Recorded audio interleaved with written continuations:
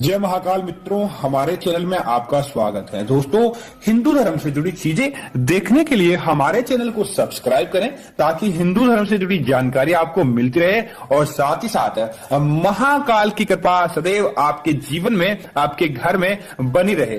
दोस्तों, आज हम आपको बताएंगे कि भगवान भोलेनाथ को बेलपत्र, तो दोस्तों हर कोई व्यक्ति जानता है कि बेलपत्र चढ़ाने के उसके जीवन में अनेक फायदे होते हैं, लेकिन दोस्तों अगर बेलपत्र के अलावा भी आप यह सारी चीजें भगवान महादेव को चढ़ाते हैं तो आपके घर में, आपके परिवार में सदैव सुख बना रहता है और भोलेनाथ की सदैव कृपा आपको बनी रहती है। दोस्तों, बेलपत्र तो विशेष होता ही होता है, उसके अलावा भी दोस्तों कई चीजें होती है जिन्हें अगर आप भोलेनाथ को अर्पित करते हैं, भोलेनाथ से जुड़ी चीजें होती है। अगर आप महाशिवरात्रि विशेष के दिन अगर आप इसे अर्पित कर लेंगे तो आप स्वयं देखेंगे कि इससे आपको कितना फायदा देखने को मिलेगा और भोलेनाथ की साक्षात कृपा आपको देखने को मिलती है। तो क्यों ना दोस्तों ऐसी चीजों को भगवान भोलेनाथ को अर्पित की जाए। दोस्तों, भोलेनाथ एक ऐसे देवता हैं जो साक्षात और सरल विधि से प्रसन्न हो जाते हैं। तो बात करते हैं सबसे पहले तो दोस्तों बेलपत्र।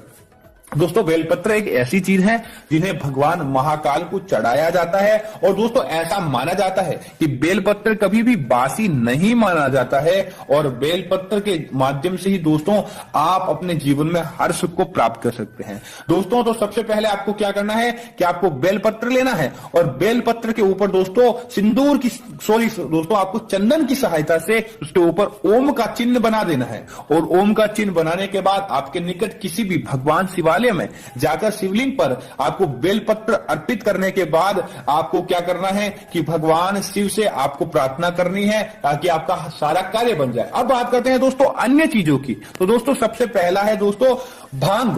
भांग का दोस्तों पौधा बहुत ही खास होता है और भांग की पत्तियां दोस्तों अगर किसी व्यक्ति को मिल जाती है तो उसके जीवन में हर सुख प्राप्त हो जाता है। आपको क्या करना है, क्योंकि दोस्तों भगवान शिव स्वयं भांग का पान करते थे और विष के असर को कम करने के लिए उन्होंने भांग का सेवन किया था। तो आपको महाशिवरात्रि विशेष के दिन भांग की पत्तियों का रस बनाकर भगवान शिव को उनके प्रतीक रूप शिवलिंग पर अर्पित करना चाहिए। इसको अर्पित करने से आपके घर में दोस्तों बुरे विकार नहीं आते।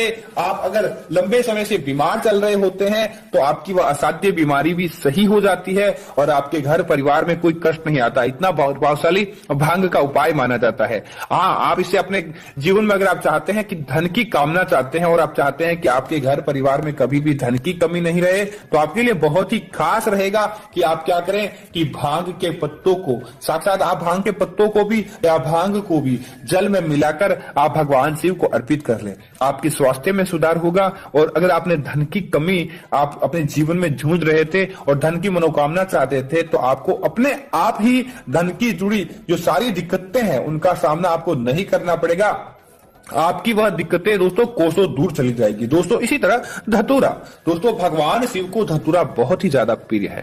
धतूरे का दोस्तों भगवान स्वयं पान करते थे और दोस्तों धतूरा आसानी से हर व्यक्ति को उपलब्ध हो जाता है। इसमें आपको कोई खर्चा नहीं लगता है या आपको इसे खरीद कर लाने की आवश्यकता नहीं है, हर जगह पर यह पाया जाता है। तो आपको क्या करना है कि महाशिवरात्रि के दिन इसका जो फल रहता है, धतूरे का जो दोस्तों कटीला फल रहता है, आपको क्या करना है कि आपको इसके ऊपर थोड़ा सा चंदन छिटक कर महाशिवरात्रि विशेष के दिन या फिर आप अन्य किसी भी सोमवार के दिन भगवान शिवलिंग पर आपको इसे अर्पित कर देना है। धतूरे का दोस्तों कोई व्यक्ति पुष्प भी चढ़ाता है और कोई फूल भी चढ़ाता है। तो आपको क्या करना है, फल और पुष्प इन दोनों में से कोई भी एक चीज भगवान शिव को अर्पित कर देनी है और अपनी जो मनोकामना है वह मांग ले। हाँ, धतूरा चढ़ाने के बाद दोस्तों कच्चा दूध चढ़ाना अनिवार्य होता है। तो आपको इसे चढ़ाने के बाद कच्चा दूध जरूर चढ़ाना है ताकि आपके ऊपर महाकाल की ऐसे ही कृपा बनी रहे और धन आगमन के दोस्तों आपके जीवन में योग यकायक बनने लगेंगे। क्योंकि दोस्तों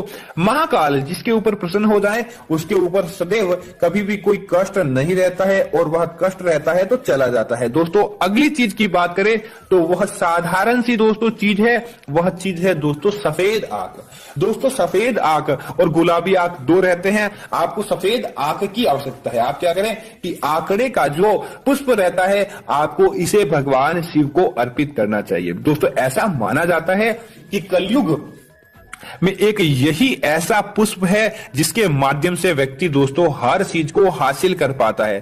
तांत्रिक विद्याओं में दोस्तों इसके सूखे फूल का बहुत ही ज्यादा उपयोग किया जाता है। और अगर आप भी भगवान शिव के माध्यम से चाहते हैं कि आपके घर परिवार में खुशियां देखना, आपके जीवन में खुशियां देखना, तो आपको इस पुष्प को भगवान शिव को बिना देर किए अर्पित कर देना चाहिए, ताकि आप देखेंगे कि आपको इसका कितना प्रभाव मिलता है। दोस्तों भगवान शिव को अर्पित किया गया यह पुष्प अगर आप अपने घर में भी लेकर आते हैं तो और उसे अपने घर में धन रखने के स्थान पर रखते हैं, तो आप देखेंगे कि इससे आपको कितना फायदा प्राप्त होगा और आपके घर परिवार में सदैव दोस्तों खुशियां देखने को मिलेगी। दोस्तों इसी तरह अगर आप कनेर का जो पुष्प रहता है, कनेर के पुष्प को भी भगवान शिव को अर्पित कर सकते हैं। इसमें आपको कोई भी विघ्न नहीं होगा, क्योंकि दोस्तों कनेर का पुष्प एक ऐसा पुष्प है जो अमूमन किसी भी देवताओं को अर्पित नहीं किया जाता है, लेकिन भगवान शिव को कनेर का पुष्प बहुत ज्यादा प्रिय है और इसको अर्पित विशेष तौर से धनागमन के योग बढ़ाने हेतु, धन वृद्धि हेतु इसे आप उपयोग में ला सकते हैं। और अगर आप इसे उपयोग में लेकर आएंगे और भगवान शिव को अर्पित करेंगे तो आपके जीवन में धन से जुड़े सारे कार्यों में आपको सफलता मिलेगी। और आंख की तो दोस्तों बात ही छोड़िए, आंख आपके जीवन में हर सुख को प्राप्त करवा देगा। आपको आंख को अर्पित करके आपकी हर मनोकामना भगवान शिव से मांग लेनी है, तो आपके घर में कभी भी कोई कष्ट नहीं रहेगा।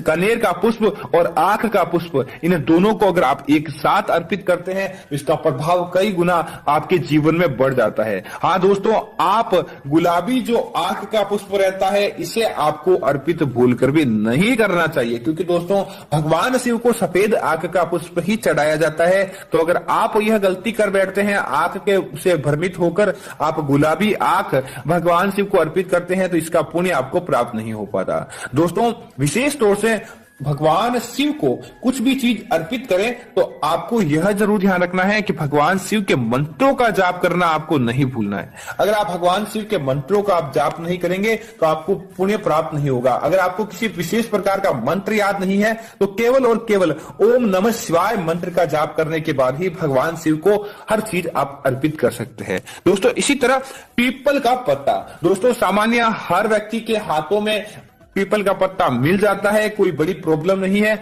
आपको क्या करना है कि पीपल के पत्ते पर लाल पेन की सहायता से आपको आपकी जो भी मनोकामना है वह लिखकर, या आपको पीपल के पत्तों की माला बनाकर या पीपल के पत्ते पर स्वास्तिक का निर्माण करके आप भगवान शिव को पीपल का पत्ता अर्पित कर सकते हैं। आपके घर परिवार में खुशियां रहेगी। और दोस्तों विशेष तौर से आप कोई किसी कार्य में तरक्की चाहते हैं, यश सम्मान कीर्ति देखना चाहते हैं, या फिर आपके ऊपर कोई मुकदमा जो झूठा चल रहा है आप चाहते हैं कि उसमें आपको सफलता प्राप्त हो, तो आपको पीपल के पत्ते पर स्वास्तिक का निर्माण करके आपको भगवान शिव को पीपल का पत्ता अर्पित कर देना है। आपकी वह मनोकामना तुरंत प्रभाव से पूरी हो जाती है। और साथ ही साथ दोस्तों पीपल का पत्ता अगर आप भगवान महादेव को अर्पित करते हैं तो इससे आपको आपके जीवन में भगवान शनिदेव की कृपा दृष्टि भी देखने को मिलती है और आपके जीवन में सदैव सकारात्मक विचार रहते हैं। दोस्तों इसी तरह भगवान शिव के पुत्र गणेश को दूब बहुत पसंद है। और अगर आप इस दिन क्या करते हैं कि भगवान शिव के पुत्र को भी अगर आप प्रसन्न करना चाहते हैं और महाशिवरात्रि विशेष के दिन, तो आपको भगवान गणेश जी को भी इस दिन दूब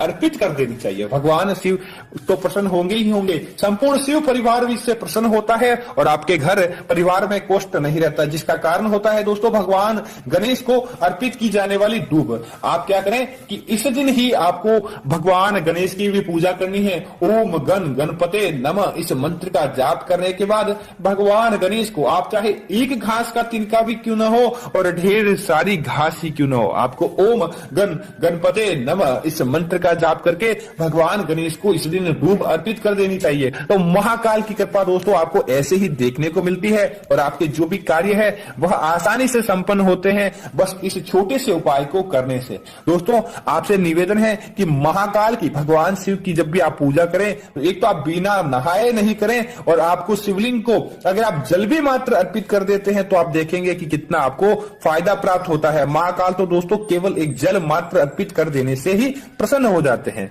दोस्तों इसी तरह आप जब भी भगवान शिव को बेलपत्र अर्पित करें, बेलपत्र चढ़ाएं, तब आप इस बात का जरूर ध्यान रखें कि महाशिवरात्रि के दिन भगवान जो शिव को बेलपत्र चढ़ाया जाता है उसको आपको एक बेलपत्र को अपने घर में लेकर जरूर आना चाहिए। अगर आप एक बेलपत्र को अपने घर में लेकर आ जाते हैं और उस बेलपत्र को आप क्या करें कि अपने घर में धन रखने के स्थान या किसी पूजा के स्थान में भी आप रखें और वर्ष भर आप इसे रखेंगे तो देखेंगे कि महाकाल की कृपा का आपको कितना फायदा प्राप्त होता है। आपके जो भी कार्य है चुटकियों में दूर हो जाते हैं। महाकाल की कृपा का आपको इतना फायदा प्राप्त होता है। दोस्तों साथ ही साथ आप इन चीजों को अर्पित करके फायदा देखिए, आपको फायदा मिलेगा। तो उम्मीद है कि यह जानकारी आपको पसंद आई होगी। इस तरह की और वीडियो देखने के लिए और जानकारी के लिए हमारे चैनल को बस मात्र सब्सक्राइब कर लें, वीडियो को लाइक करें और कमेंट में जय महाकाल जरूर लिखें। और आप महाकाल के मंत्रों का भी इस कमेंट बॉक्स में आप लिख सकते हैं। आपकी तुरंत मदद की जाएगी और आपकी हर समस्या का समाधान किया जाएगा। जय श्री राम मित्रों, जय महाकाल।